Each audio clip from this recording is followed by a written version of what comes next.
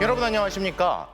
한 달이면 하야하고 탄핵일 텐데 감당이 되겠냐고 했던 명태균 씨가 검찰 앞에서 꼬리를 내렸습니다. 검찰이 오늘 김건희 여사 공천 개입 의혹의 핵심 인물인 명 씨를 소환해 8시간 동안 조사했는데요. 조사를 받고 나온 명 씨는 죄송하고 자신은 1원도 받은 적이 없다며 자신 관련 뉴스를 전하는 이들과 회계 책임자 강혜경 씨를 비난했습니다. 검찰은 주말인 내일 아침도 명 씨를 다시 불러 조사할 계획입니다. 첫 소식 이재경 기자가 보도합니다. 명태균 씨가 오늘 오후 5시 57분 창원지검 청사를 빠져나옵니다. 검찰 조사를 받은 지 8시간 만입니다.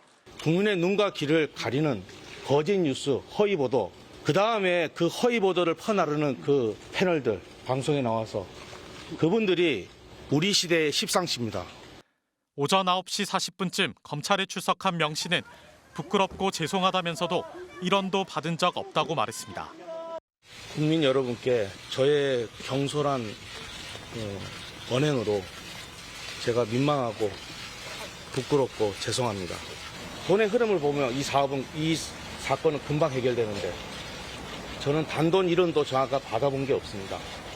회계 책임자였던 강혜경 씨는 지난 대선 기간 명 씨가 윤석열 대통령을 위해 81차례 여론조사를 하고 그 대가로 김영선 전 의원의 공천을 받아왔다고 주장해왔습니다. 혐의를 부인하고 있는 명 씨는 오히려 강 씨가 자신의 범죄 혐의를 벗기 위해 거짓말을 하고 있다고 주장했습니다. 이 사건은 거짓 재산이 2개가 있습니다. 뉴스토마토가 발생한 거, 그다음에 강혜경 씨가 발생한 거짓 재산. 이 산들이 하나씩 조사를 받으면서 무너질 거라고 생각합니다. 이에 대해 강 씨 측 변호인은 공익 제보자인 강 씨의 진실을 호도하고 있다고 반발했습니다. 강 씨 측 노영희 변호사는 명 씨 측 변호인인 김소연 변호사가 강 씨를 향해 숨쉬는 것 빼고 다 거짓이라고 한 발언에 대해 법적인 대응을 검토하고 있다고 전했습니다. 이에 대해 명 씨 측 김 변호사는 곧바로 거짓은 진실을 이길 수 없다며 반박하는 글을 유포하기도 했습니다. 검찰은 내일 오전 9시 반 명 씨를 다시 불러 의혹들에 대한 추가 조사를 벌일 계획입니다. MBC 뉴스 이재경입니다. 그런데 오늘 상당히 특이한 장면도 눈에 띄었습니다. 명태균 씨의 검찰 출석에 수많은 취재진과 시민들이 몰려들었는데 다름 아닌 명 씨의 변호인이 명 씨에게 항의하던 시민과 말다툼을 벌인 겁니다. 이선영 기자가 당시 상황 취재했습니다. 오늘 오전 검은색 SUV 뒷좌석에서 내린 명태균 씨가 지팡이를 짚은 채 걸어옵니다. 명 씨의 등장에 피켓을 든 시민 등이 다가와 항의성 발언이 이어졌습니다. 명태균 선생님 부끄럽습니다. 어떻게 그러실 수가 있습니까? 그러자 명 씨의 변호인이 강하게 반발합니다. 명태균 어떻게 부끄럽다네. 조용해. 시끄러워. 조용해. 조용해. 너도 반말하지 마. 조용해. 명 씨가 출석 전 발언을 끝낸 뒤 검찰청사로 향하는 순간에도 신경전이 이어졌습니다. 진실 밝히러 왔어요. 명 씨 측 변호인이 강혜경 씨를 제2의 윤지호라고 언급하자 또다시 설전이 벌어졌습니다. 시끄러워 죽겠네. 윤지우나 응해라. 반말하지 마세요. 너도 반말했잖아. 아까부터. 명 씨의 대학 후배들은 검찰청사 앞에서 피켓을 들고 시위를 벌였고 대학에는 윤석열 대통령과 명 씨를 비판하는 대자보가 붙기도 했습니다. 시민들끼리 서로 말다툼까지 벌이다 급기야 경찰과 청경이 제지에 나서기도 했습니다. 이곳 창원지검은 오늘 아침 8시부터 취재진은 물론 피켓을 든 시민들까지 100여 명이 모여들었습니다. 명 씨가 조사를 받는 중에도 야당과 시민단체들의 기자회견이 이어졌습니다. 오늘 명 씨의 검찰 출석에는 보수 진보 성향 유튜버들이 몰려와 현장 중계에 열을 올리기도 했습니다. MBC 뉴스 이선영입니다. 이런 가운데 명태균 씨가 자신이 김건희 여사에게 청와대 이전을 조언했다고 과시하는 통화 녹음이 나왔습니다. 청와대 위치가 풍수적으로 좋지 않기 때문이란 건데요.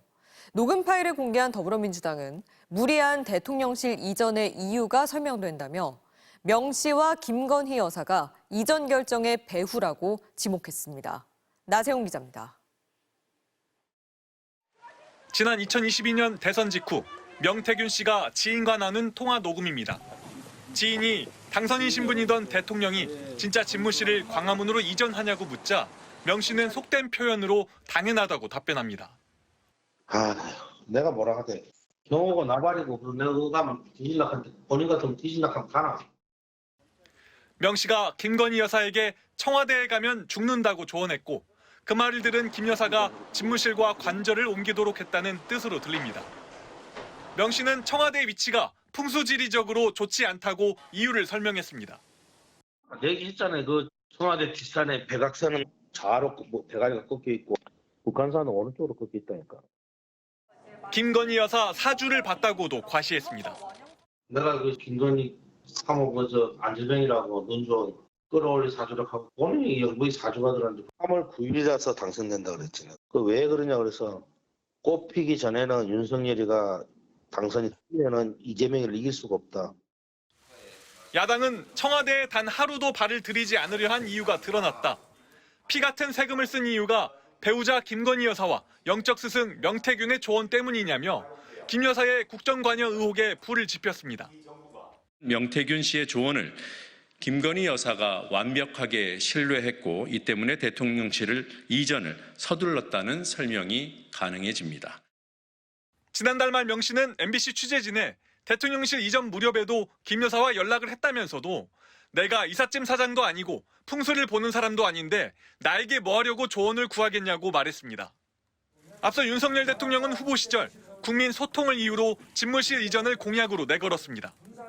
대통령실과 김건희 여사 모두 명 씨의 통화 녹음에 대한 입장을 내놓진 않았습니다. MBC 뉴스 나세웅입니다. 국회 인사청문회를 앞둔 박장범 KBS 사장 후보자가 어린이 보호구역 교통법규 위반으로 4차례 적발됐던 사실이 드러났습니다. 또 불법 주정차 과태료를 내지 않아 차량이 7번이나 압류되기도 했는데요. 박 후보자를 향한 KBS 기자들의 사퇴 요구는 전국적으로 확산되고 있습니다. 재은효 기자입니다. 서울 용산구의 한 초등학교 앞. 왕복 4차선 도로의 제한 속도가 시속 30km인 어린이 보호구역입니다. 박장범 KBS 사장 후보자는 작년 3월과 6월 이곳에서 신호 위반과 과속으로 한 차례씩 적발됐습니다. 9시 뉴스를 진행하던 올해 6월에도 경기도 남양주에서 어린이 보호구역 속도 제한을 위반했습니다. 어린이 보호구역 법규 위반 등의 처벌이 강화된 민식이법 시행 이후 이처럼 박 후보자가 벌금을 부과받은 스쿨존 위반은 모두 4차례. 등하교 시간에는 우르르 굉장히 많이 쏟아져 나오고 쏟아져 들어갑니다. 그러시면 안 되죠. 자꾸 속도 위반하면 그리고 이제 습관인 것 같아서. 앞서 박 후보자는 아들의 과거 위장 전입에 대해 8차선 도로를 건너야 하는 아들의 등굣길 안전을 걱정했기 때문이라고 했지만 자신은 어린이 보호구역 운행에 부주의했던 겁니다. 박 후보자는 또 최근 10년간 주정차 위반 과태료를 9번이나 부과받았습니다. 그 이전에는 또 다른 불법 주정차 과태료를 6개월 넘도록 내지 않아 차량이 여러 차례 압류당했던 걸로 드러났습니다. 박 후보자가 소유했던 차량 석 대의 자동차 등록원부. 지난 2006년부터 주정차 위반 과태료 미납으로 차량이 7번 압류됐습니다. 압류 조치된 차량이 한 달 뒤 다른 위반으로 압류되기도 하고 바로 그 다음 날에는 다른 차량이 압류를 당했습니다. 박장범 후보자 측은 교통법규 위반 지적을 엄중하고 겸허히 받아들이며 앞으로 이런 일이 발생하지 않도록 주의하겠다고 밝혔습니다. 이미 서울의 KBS 기자 495명이 기수별 성명을 낸 데 이어 박 후보자에 대한 공개 비판은 전국적으로 확대되고 있습니다. KBS 기자협회와 KBS 전국 기자협회는 오늘 공동 입장문을 내고 박 후보자는 앵커의 권한이라며 후배들의 기사를 제멋대로 소개했고 조그마한 파우치라는 말로 KBS 뉴스의 공정성과 중립성에 대못을 박았다며 사퇴를 촉구했습니다. MBC 뉴스 재은유입니다. 경기 수원시에서 길을 가던 시민 2명이 난데없는 사슴의 공격에 다쳤습니다. 수원시는 소방, 경찰 등과 종합 상황반까지 설치해 사슴 포획에 나섰지만 사흘째 오리무중입니다. 송재원 기자가 취재했습니다. 머리에 큰 뿔을 단 사슴 한 마리가 주위를 두리번거립니다. 최준호 씨가 광교 호수공원에서 이 사슴과 마주친 건 지난 6일 새벽, 퇴근 후 집으로 가던 길이었습니다.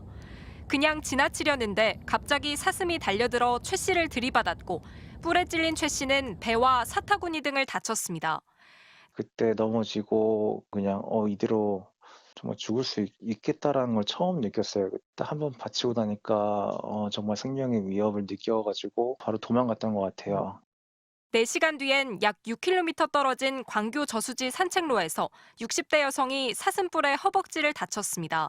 사슴의 공격이 잇따르자 수원시는 헬기와 열화상 드론, 마취총 등을 활용해 포획에 나섰습니다. 사슴을 목격했다는 신고가 접수된 곳입니다. 소방당국은 드론을 투입해 수색 작업을 벌였습니다. 어제 저녁에 또 들어온 거예요. 그랬다가 아까 도망갔다가 또 들어온 거예요. 캠프라든지 사살이라든지 해라고 신고를 한 건데 그것 때문에 자꾸 오는 거예요. 하지만 사슴의 행방은 사흘째 오리무 중입니다.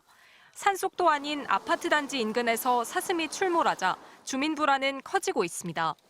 이제 조심해야겠다. 이제 그런 생각은 들죠. 산 쪽으로 안 가고 이제 길 쪽으로 다니는 거예요. 이제.